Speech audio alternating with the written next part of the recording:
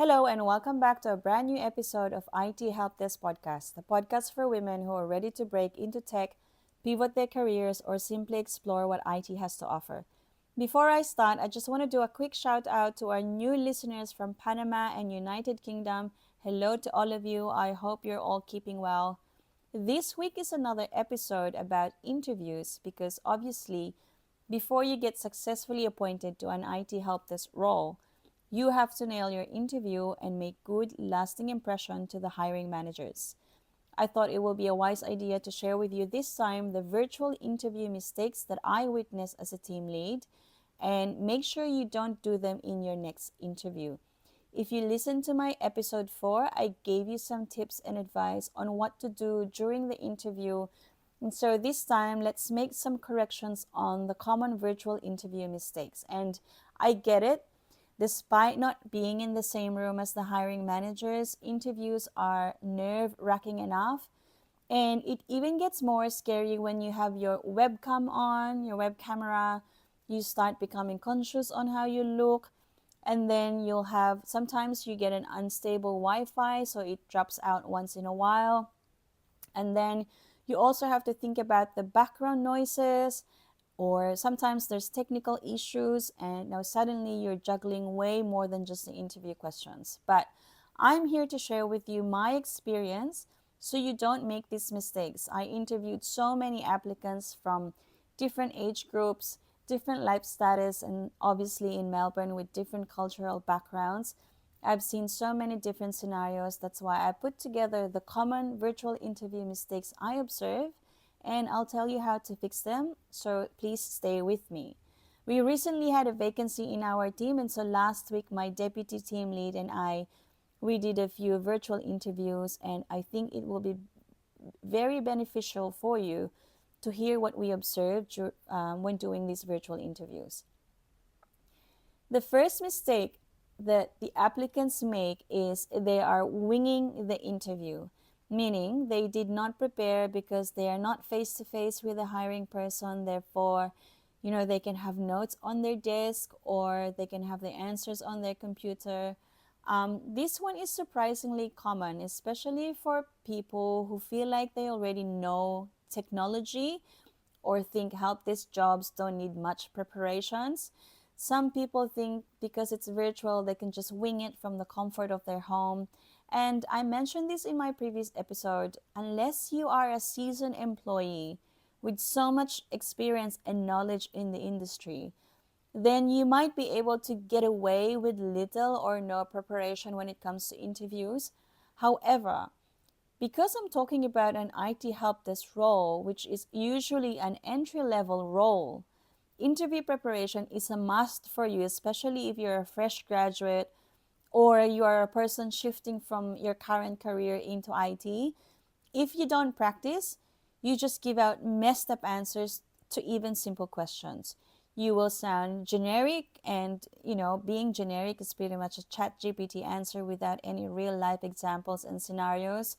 So, my recommendation is you really need to look back, go through your own experience, and write it down on your notebook or type it up on your computer and try to recall as much details as you can, and then practice saying it. You don't want to freeze when you get asked about something and end up sounding like you're reading your resume instead of telling your own story. So, what you need to do instead is you keep on practicing your notes. You tell the interviewer who you are, what you're learning, and what made you decide to apply for an IT technical support. Last week, one of the candidates we interviewed, and this was towards the end of the interview, I asked the person, "Do you have any questions for me?" And he said something along the line of, "What's the company again?" And like I said, this was towards the end, and it was such a huge turn off for me, although he did have some IT experience, but still it showed that this person did not really prepare for the interview, did not know which company he's applying for. And, it's a huge turn off because the meeting invite was sent a week prior.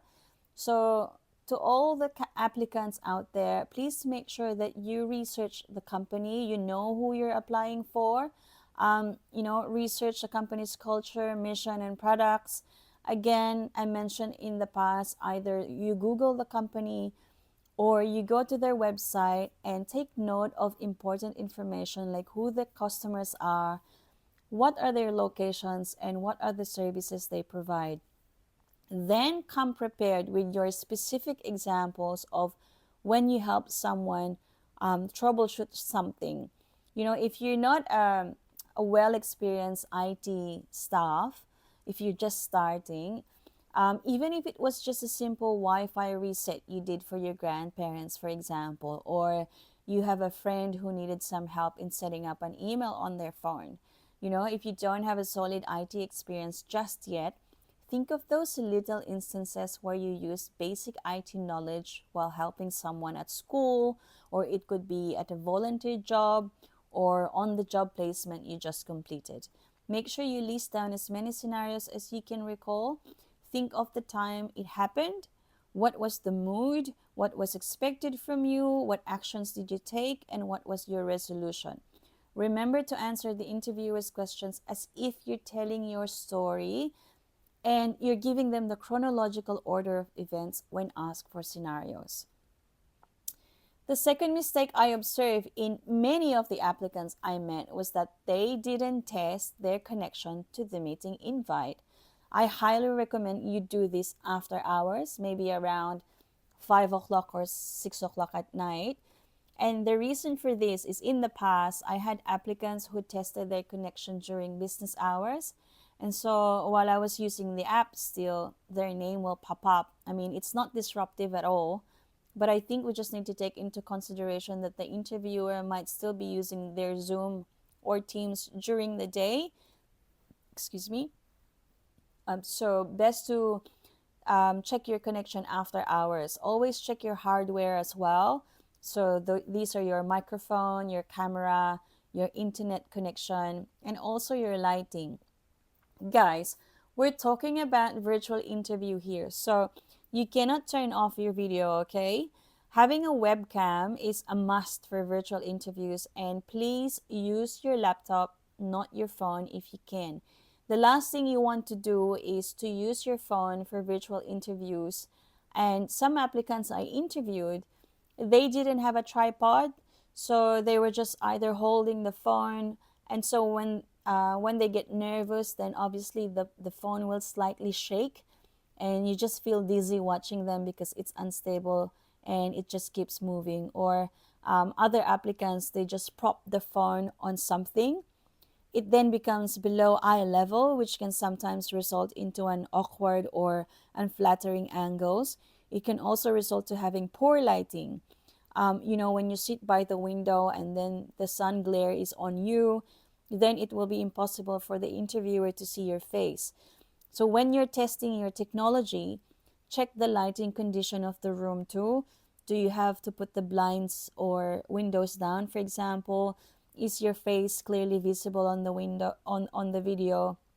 Because once you break the eye contact, it can become less engaging, and you also don't want the interviewer to perceive you as someone who did not prepare for the interview. So test your connection, your laptop, your microphone, headsets, lighting prior the interview. If you have a friend or someone who can test this with you, then that's even better. So again, this happened last week. The applicant joined our Teams meeting. He was 5 minutes early, so that was really good. He wasn't late. But when we all turned on our audio and video, we can only hear him, but we couldn't see him. So he tried restarting the laptop twice. It didn't work. It was just coming up with a gray screen, and then he ended up rejoining our session via his phone. And we saw the stress and worry on his face as soon as he came online. It was an obvious added pressure on him at that time. So always test your technology before your interview. The next common mistake I noticed is the applicant's background distractions. There's this one particular interview I remember. The guy's resume was really good. He had a substantial amount of technical experience. He worked at a couple of good companies in Melbourne, so I invited him for a virtual interview. So my colleague and I, we were waiting in the virtual meeting room, and the guy joined us. As soon as he switched on his camera, we saw he was inside his car. He was wearing a t-shirt and he was using his mobile phone, and it was on a low angle. We still went ahead with the interview, but while he's answering the questions, he was looking straight ahead on the road, or sometimes he was looking through the car window. And if I remember it correctly, there was very less eye contact while we were talking with him. And my colleague and I, we just really thought that he could have prepared better than that. I mean, maybe to all the hiring managers listening to this right now, you can correct me if I'm wrong, but we at least expect the applicants to find a decent room or place before the virtual interview, and definitely not do it from inside the car. We understand that not everyone has an Instagram perfect office. We get it. But you also cannot join the meeting from your home with, for example, with your closet open and all your clothes showing, or you've got some laundry piled up on the bed. I mean, I can understand the kids barging into the room without permission, because they are kids, especially when you're the only adult in the house. That can be unavoidable. But other things like your mess, your clothes, your windows, try to get them sorted or tidied up before the virtual interview. Um, Another example of background distraction is when you have pets, for example, especially your dogs. For all our dog lovers out there, you can try and put them in your backyard for as long as you're doing the interview, or in a different room before joining the meeting. Sometimes when you answer the questions and your dogs bark at the same time, then the hiring manager will not hear your response. So you'll have to repeat your answers all over again. And if you nailed your answers the first time and the interviewer asks you to repeat your answers, it might not come out the same way the second time around. So scan the room first for any potential background distractions before joining the meeting link. You can also try to find a quiet corner, and before you switch on your video, I highly recommend you use a virtual background. Both Zoom and Microsoft Teams have different virtual backgrounds you can choose from, or you can customize them if you want by uploading a photo. Choose a background that is simple and professional, so that eliminates your background distraction. And if you're someone living with your family or in a shared house, let everyone know ahead of time you need some quiet time for at least an hour or so. So then you won't have any background noises at all. The next virtual interview mistake I notice too often is that applicants are dressing up too casually. And this is an important point that I really want to give emphasis on, especially for an entry-level IT roles where first impressions matter more than people realize. You cannot just turn up in an interview, whether it's face-to-face or virtual, wearing your hoodie. You're not meeting up a friend, you're not meeting up a relative, and you're not meeting up your classmate. You are meeting a potential employer who aren't just hiring for skills, but are also asking themselves, can this person represent our team in a professional setting? So in your virtual interview, you also have to look polished. And by doing this, you are telling them that you get both the technical side and the human customer side of the job. Remember, the IT help desk role is primarily telephone support, but you will still be working in an office environment, and you could still be assisting walk-in users or customers. So you have to give that good impression in your virtual interview first. You can wear your smart casual clothes once you got the job, not when you're applying for it. You can wear any of your casual clothes once you've proven yourself at work, or you're working from home. You can dress as comfortably as you want, but during interviews, you still need to show them that you respect the process. Now, especially in virtual interviews, first impressions are still everything.